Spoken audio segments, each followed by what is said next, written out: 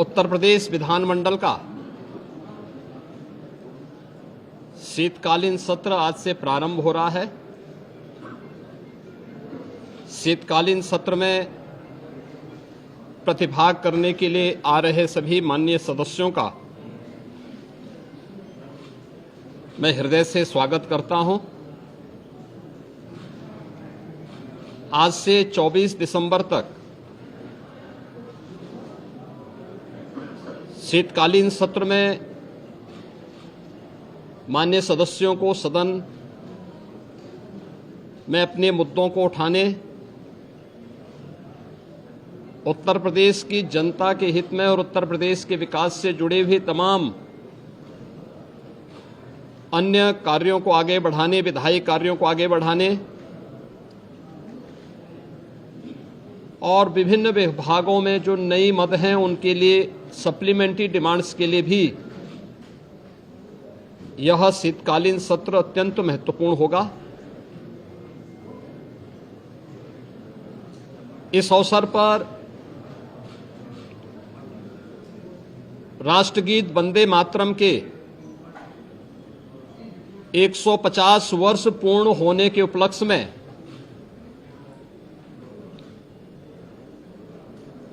एक महत्वपूर्ण चर्चा और वंदे मातरम गीत के रचयिता के प्रति कृतज्ञता ज्ञापित करने का भी एक अवसर उत्तर प्रदेश विधानमंडल के सामने होगा, क्योंकि उत्तर प्रदेश की स्थापना का दिवस और राष्ट्रगीत के रूप में वंदे मातरम को भारत के संविधान के अनुसार मान्यता प्राप्त होने का नोटिफिकेशन एक ही तिथि इस महत्वपूर्ण इवेंट के लिए है और उत्तर प्रदेश की विधान मंडल में इस पे चर्चा इसलिए अत्यंत महत्वपूर्ण होगी। कल सर्वदलीय बैठक में हम लोगों ने सभी दलीय नेताओं से इस बारे में अनुरोध किया है कि सरकार प्रत्येक मुद्दे पर चर्चा कराने के लिए तैयार है। सरकार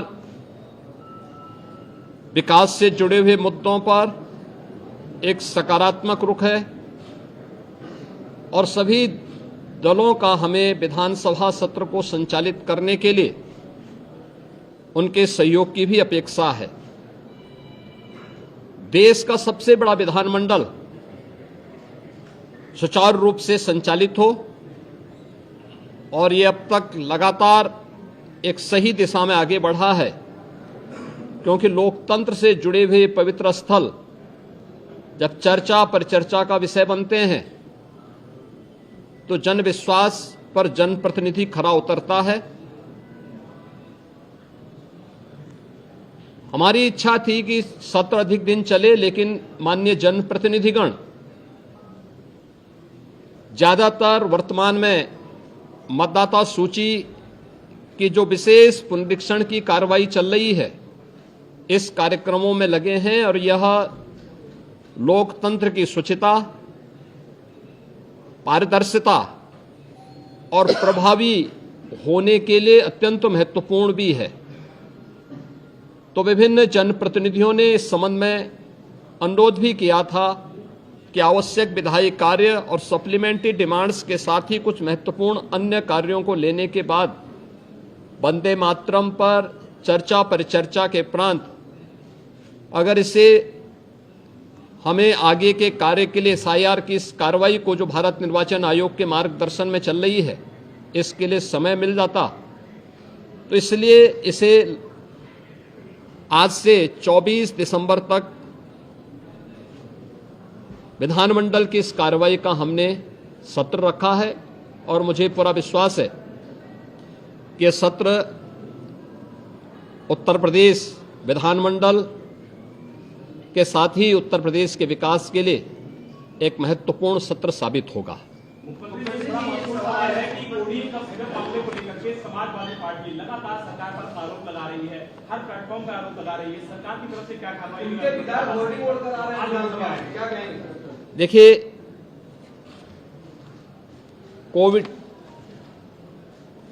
कोडीन फास्फेट, यह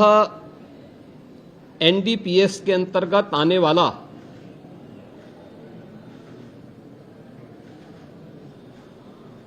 एक औषधि है जिसका निर्माण कोडीन युक्त कफ सिरप यानी गंभीर खांसी के लिए कफ सिरप बनाने के लिए उपयोग होता है, लेकिन सेंट्रल नारकोटिक्स ब्यूरो के द्वारा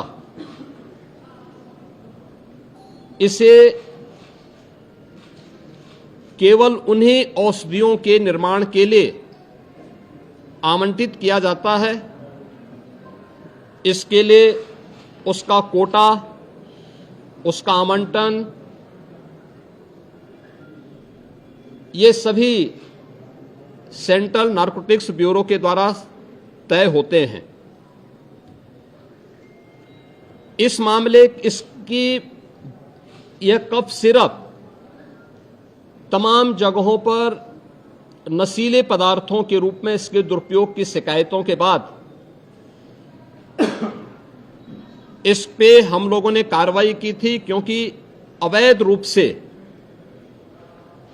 इसकी तस्करी की शिकायतें आई थी और ये उत्तर प्रदेश पुलिस ने एनडीपीएस, जो उत्तर प्रदेश का एफएसडीए विभाग है, इसके नेतृत्व में हम लोगों ने उसको एनडीपीएस के दायरे में लिया, क्योंकि माननीय उच्चतम न्यायालय ने भी इसको इस रूप में माना है और इस पे कार्रवाई प्रारंभ की है। यह कार्रवाई उत्तर प्रदेश सरकार के द्वारा एफएसडीए, यूपी पुलिस और एसटीएफ इनके द्वारा प्रारंभ की गई है, जिसमें अब तक हम लोग काफी बड़े पैमाने पर इसके अवैध तस्करी के प्रकरण को पकड़े हैं और इसमें व्यापक गिरफ्तारियां भी हुई हैं। यह हर व्यक्ति जानता है कि हर माफिया के संबंध समाजवादी पार्टी से रहे हैं और मुझे लगता है आज विधानसभा में तो कार्रवाई संभवतः नहीं चलेगी, क्योंकि विधानसभा के हमारे एक सिटिंग माननीय सदस्य के आकस्मिक निधन के कारण वहां कॉन्डोलेंस होगा, लेकिन विधान परिषद में हमारे विधान परिषद के नेता सदन इस मुद्दे को वहां पर अगर उठेगा तो जरूर इस मुद्दे को वहां पे रखेंगे, अन्यथा हमारी ओर से कोई मान्य सदस्य बाहर भी अगर सदन में उठेगा ठीक है, बाहर उठेगा तो बाहर भी उसका जवाब देगा। लेकिन प्रारंभिक जांच में सामने आया है कि उससे जुड़े हुए जिन अभियुक्तों को एसटीएफ या यूपी पुलिस की कार्रवाई में पकड़ा गया है, उनके कुछ संबंध समाजवादी पार्टी से सामने आए हैं और समाजवादी पार्टी जो अपने कार्य के अनुरूप जिसका जो बदनाम हो चुकी है और पहले से कुख्यात है,